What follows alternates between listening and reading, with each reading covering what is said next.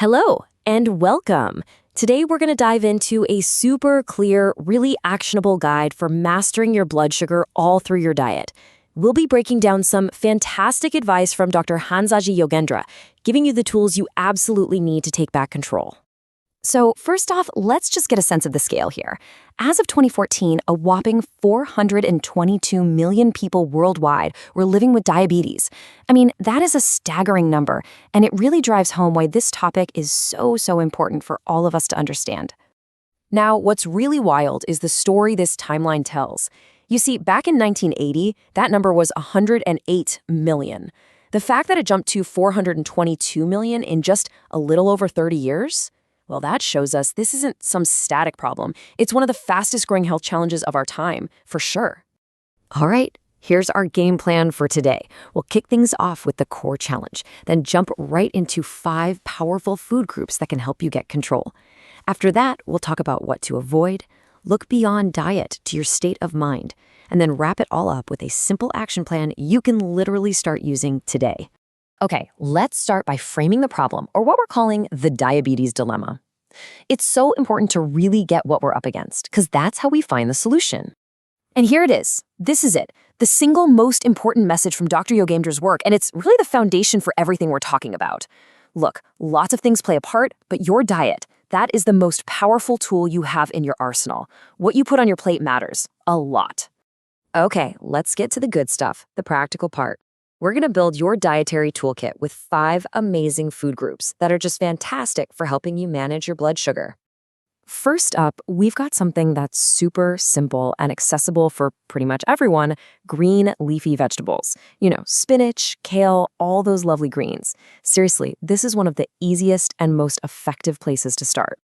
So why are they so great? Well, it's simple, really. They're low in calories and they have a low glycemic index. Now, that's just a fancy way of saying they release sugar into your blood really slowly. The bottom line here, they won't cause those big, dangerous spikes in your blood sugar. Next up on our list, whole grains. This one is all about making a really smart switch, choosing things like brown rice, oats, and whole wheat bread instead of all the refined white stuff. And this is exactly why that little swap is so powerful. You see, whole grains are absolutely packed with fiber and nutrients, all the good stuff that gets stripped away when they're refined. And that fiber, it's the key. It slows everything down and helps keep your blood sugar levels nice and steady. All right, our third item for the toolkit is beans. We're talking lentils, chickpeas, kidney beans. This whole family of legumes is an absolute powerhouse for anyone looking to get a handle on their health. Just like the first 2 foods we talked about, beans have a very low glycemic index. They give you that steady, slow-release energy, which makes them a real cornerstone of any effective diet for managing diabetes. Plus, they're cheap, you can do a million things with them, and they work.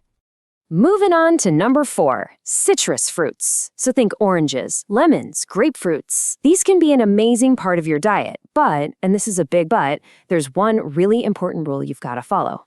And here is that crucial detail. All the magic is in the fiber of the whole fruit. See, when you just juice a fruit, you're getting all the sugar, but you're leaving all that beneficial fiber behind. So to really get that blood sugar regulating benefit, you have to eat the whole fruit.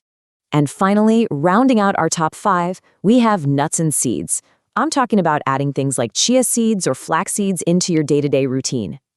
You know, these tiny little things are absolute powerhouses. They're loaded with healthy fats, protein, and fiber, and all of those things work together to give you better blood sugar control. They're such a simple, crunchy way to boost a salad or some yogurt or just a snack on. Okay, so now that we know what to start adding to our diet, it's just as important to talk about what to, well, leave behind. This next part is all about what you should try to reduce or avoid to make room for all that good stuff. Here's the list of the usual suspects. These are all high glycemic index foods, which means they act like a sugar bomb in your body. We're talking white rice, white bread, processed snacks like pastries and biscuits, and especially those sugary drinks. They cause super fast spikes in blood sugar, which is exactly what we're trying to prevent. But hey, avoiding those things doesn't mean your food has to be boring. It's really about making smarter swaps, and this shows you just how easy it can be. Instead of white rice, go for brown rice. Ditch that refined flour for whole grain flour. And if you really need a sweetener, a little bit of jaggery is a much better option than plain old refined sugar. Now, we're going to pivot a little bit because according to Dr. Yogendra, controlling your health isn't just about what's on your plate. It's also about what's going on in your head. So let's talk about the incredible power of a peaceful mind. This piece of advice right here is so profound. It's about letting go of all that stress that comes from trying to make everyone and everything perfect. That constant struggle, that mental gymnastics, it has a real physical impact on your body and your health. It really does. So I want you to just take a second and really think about this. Is your mind actually at peace, or is it always churning, always agitated? Finding that sense of satisfaction and acceptance, it's not just some philosophical idea. It's a vital part of your physical well-being. So let's tie this all together into a really simple 3-step action plan. Step 1, start actively bringing in those 5 powerhouse food groups. Step 2, consciously cut back on or swap out the high-sugar processed stuff. And step 3, work on your inner state. Practice acceptance to find that sense of peace. And we'll end with this question. Look, this doesn't have to be some massive overnight change. It can start with just one simple swap at dinner tonight or one moment of acceptance. Just one small step. So what's your one small change going to be? Thanks so much for tuning in.